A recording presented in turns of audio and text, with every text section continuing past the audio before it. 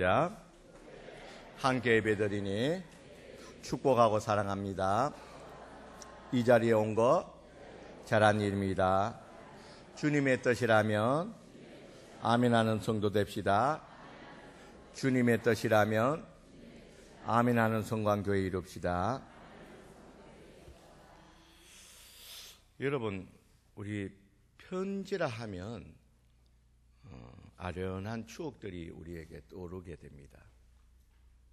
지금은 이제 모든 소식을 이 전화나 또 인터넷의 이메일이나 또 요사이는 또 그것도 변해서 핸드폰의 문자나 또 카톡으로 이렇게 소식을 주고 받지만 오래전 우리들은 이 손글씨로선 이 편지를 주고받으면서 소식도 나누고 또 마음을 주고 받으면서 살았습니다.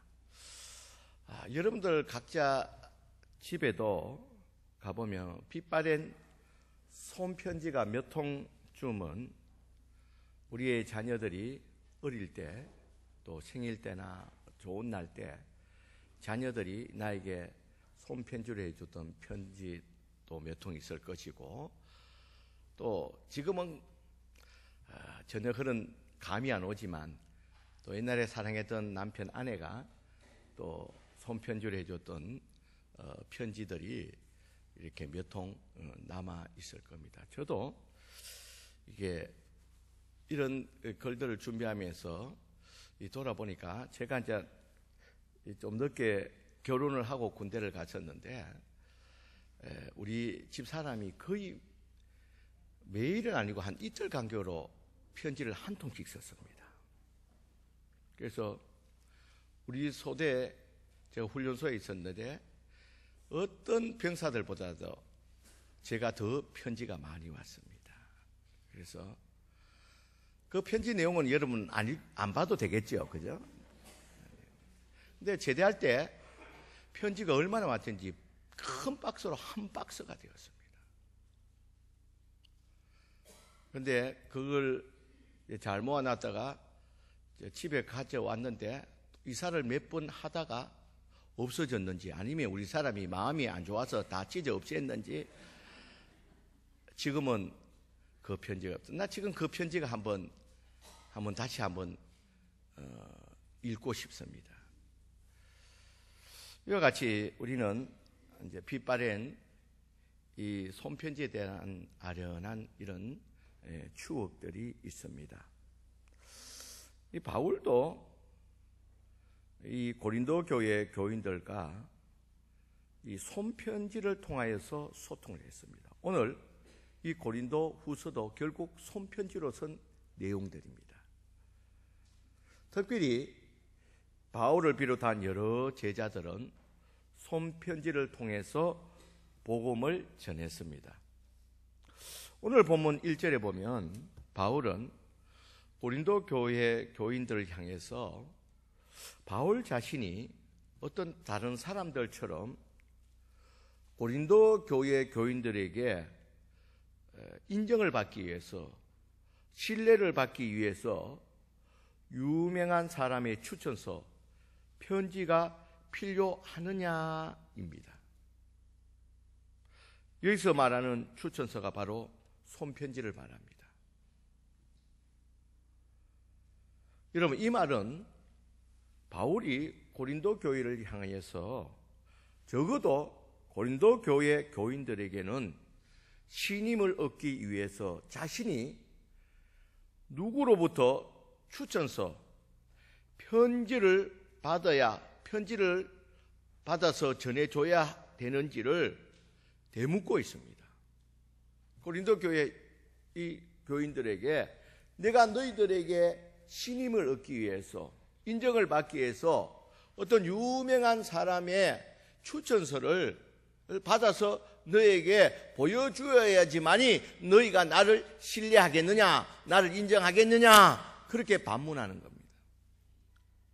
왜냐하면 바울이 누구입니까? 바울은 우리가 잘 안 대로 고린도 교회를 세운 개척자의 장본인입니다. 다른 사람은 몰라도 고린도 교회 성도들은 바울이 누구인지를 너무나도 잘 알고 있습니다. 그런데 고린도 교인들은 왜 이런 바울에게 추천서, 유명한 사람의 추천서, 편지를 통해서 바울을 신임하겠다고 이렇게 이해할 수 없는 이런 요구를 하고 있느냐는 것입니다. 그러면 바울과 이 고린도 교회 교인들 사이에 도대체 무슨 일이 있었는지, 무슨 일이 있었기에 이런 사태가 발생했느냐는 겁니다. 이는 바로 고린도 교회 안에 침투한 거짓 교사들 때문입니다.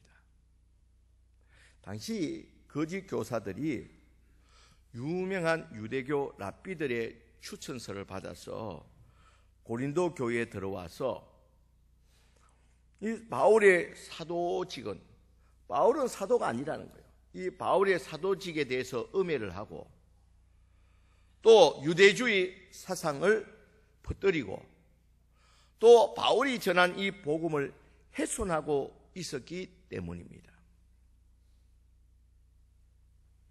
이로 말미암아 이런 영향을 받은 고린도 교회 교인들이 바울도 우리가 신뢰할 수 있도록 유명한 이 유대의 랍비들의 추천서가 있어야 되겠다는 겁니다.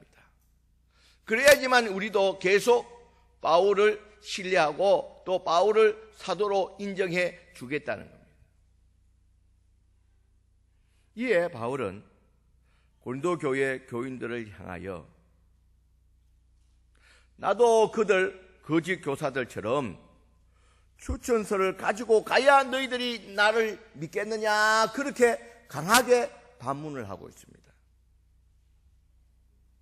여러분, 이렇게 반문하는 것은, 바울이 이렇게 반문하는 것은 그리스도인의 정체성, 이 그리스도인이 되면 유명한 사람이 추천하는 손편지에 있지 않음을 말하고 있다는 겁니다.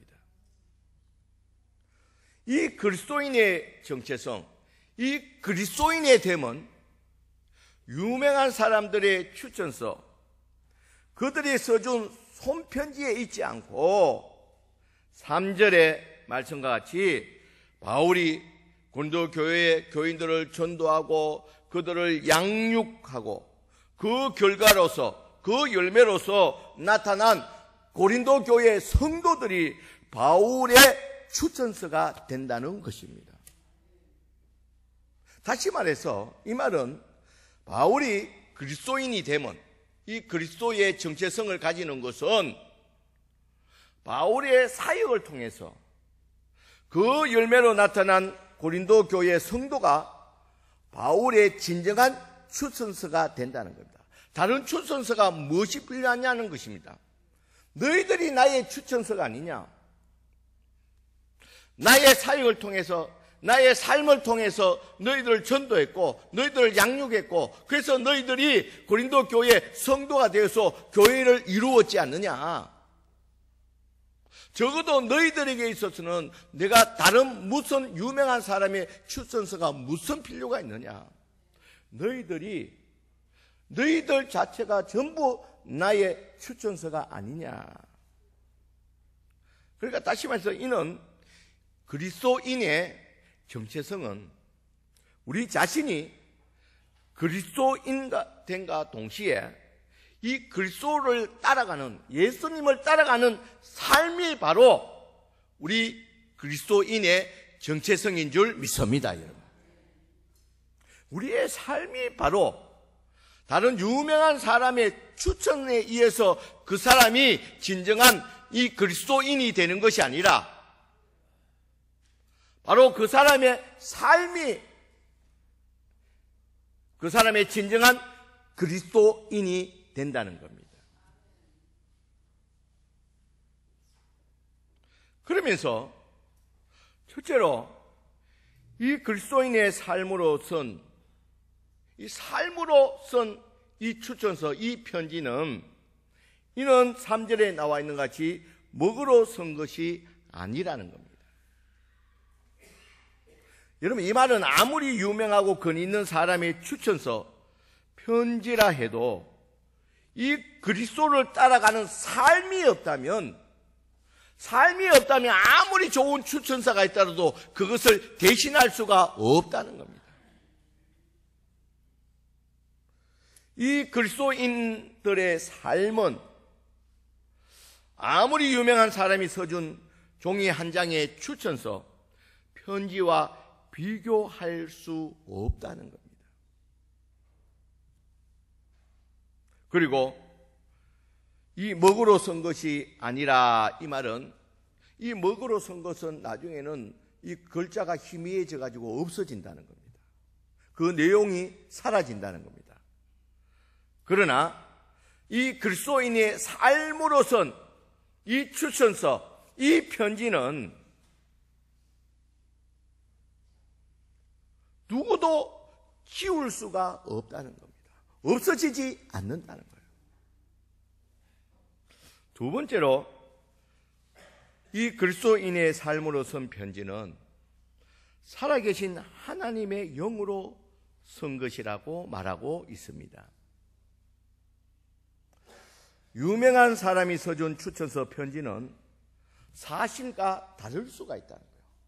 그 사람이 그렇지 않음에도 불구하고 어떤 관계에 의해서 이 추천서를 좋게 써줄 수가 있다는 겁니다. 그러나 바울과 같이 삶으로서 삶의 현장에서 보여주었던 이 추천서, 이 편지는 속일 수가 없다는 겁니다. 그런 의미로 이 그리스도인의 삶으로 보여준 이 편지는 살아계신 하나님의 영으로 쓴 것이라 그렇게 말하고 있습니다. 세 번째로 이 그리스도인의 삶으로 쓴 이 편지는, 이 추천서는 오직 육의 마음판에 쓴 것이라 말하고 있습니다. 여러분, 이것은 유명한 사람이 써준 추천서 편지는 상황에 따라 달라질 수가 있다는 겁니다. 여러분, 추천서를 좋게 써줬지만, 그 사람이 좋았지만 어떤 상황에서는 전혀 그 추천서대로 되지 않는다는 겁니다. 그러나 바울과 같은 삶으로서 쓴 이 추천서, 이 편지는 주머니 속에 송곳이 언젠가는 반드시 드러나듯이 어떤 상황에서도 드러나게 되어 있다는 것입니다. 사랑하는 성도 여러분, 우리 그리스도인의 이 삶이, 우리 성도들의 이 삶이 이 그리스도를 반영하는 이 예수님을 다른 사람에게 알려주는 움직이는 편지라는 사실을 여러분 꼭 기억하시길 바랍니다. 그래서 성경에서는 우리를 그리스도의 향기라고도 말하고, 또 다른 표현으로서 그리스도의 뭐라고 그럽니까? 편지라고 말해요.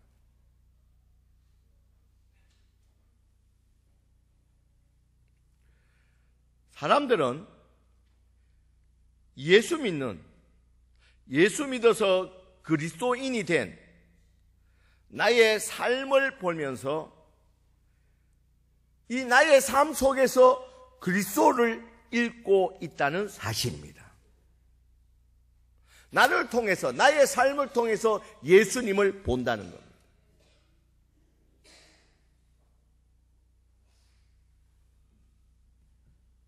그러니까 그리스도인이 된, 예수 믿고 구원받아 그리스도인이 된 내 삶의 모든 것이 다른 사람들에게 읽혀지고 있다는 사실을 우리는 결코 잊어서는 안 된다는 겁니다.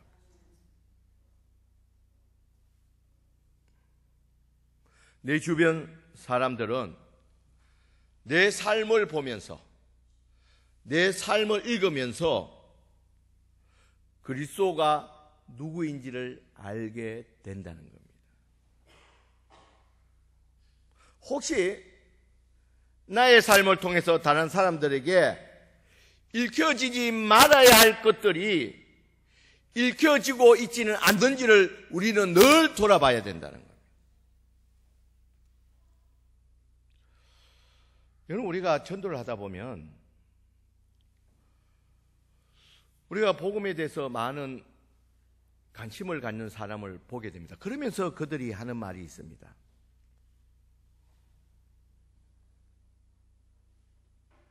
이렇게 참 복음을 전해주는 것은 참 감사한데, 그러나 나는 예수를 믿을 수가 없다는 사람들이 있다는 겁니다.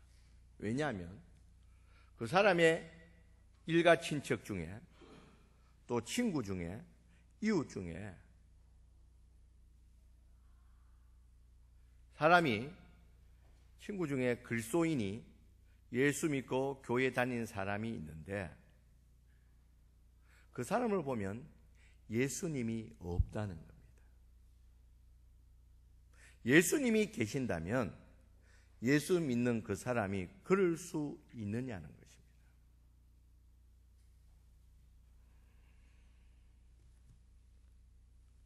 많은 사람들이 예수 믿는 나를 통해서 예수님을 보고 있다는 사실입니다. 그래서 우리 그리스도인들은 정말 잊지 말아야 될 사실은, 나는 그리스도를 드러내는 움직이는 편지라는 사실을 결코 잊어서는 안 된다는 겁니다.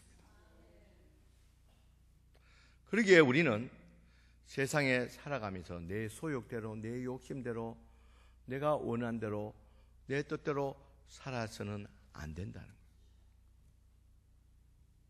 그러므로 이런 나의 삶을 통해 내가 보여주고 읽혀줄 것은 모든 사람들이 나를 통하여, 나의 삶을 통하여 그리스도를 보게 해야 된다는 겁니다.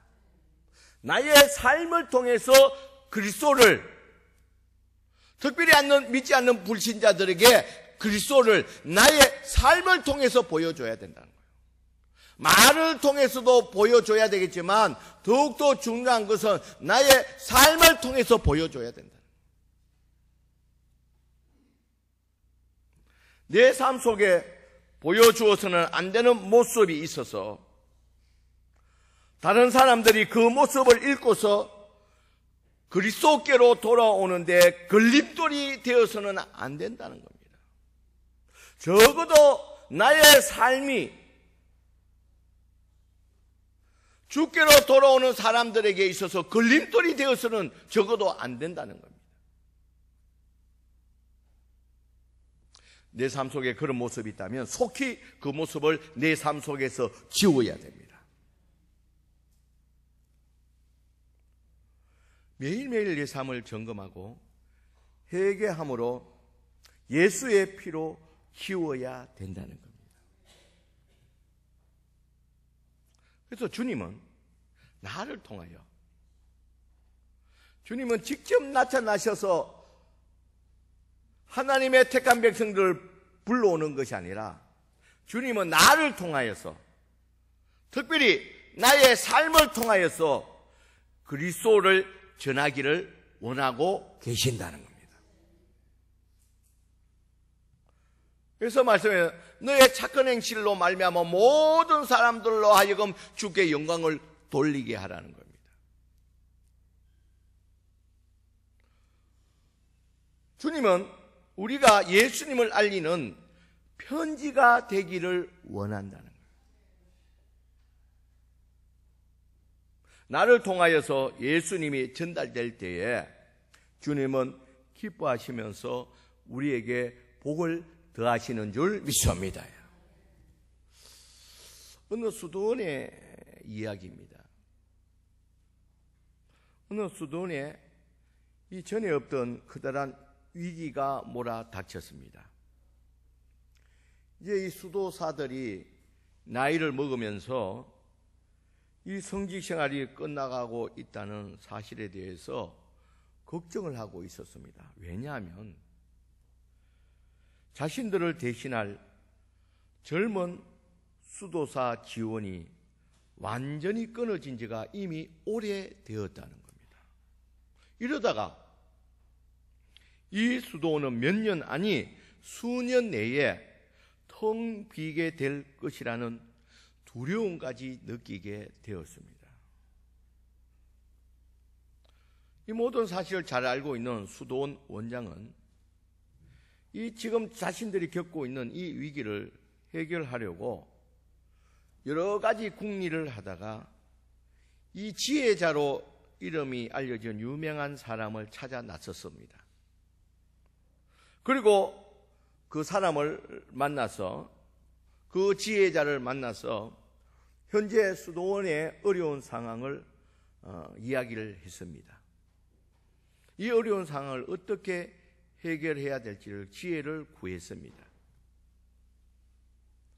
그런데 이 수도원 원장의 이 안타까운 사정을 전해들은 그 지혜자도 별다른 조언을 할 수가 없었습니다.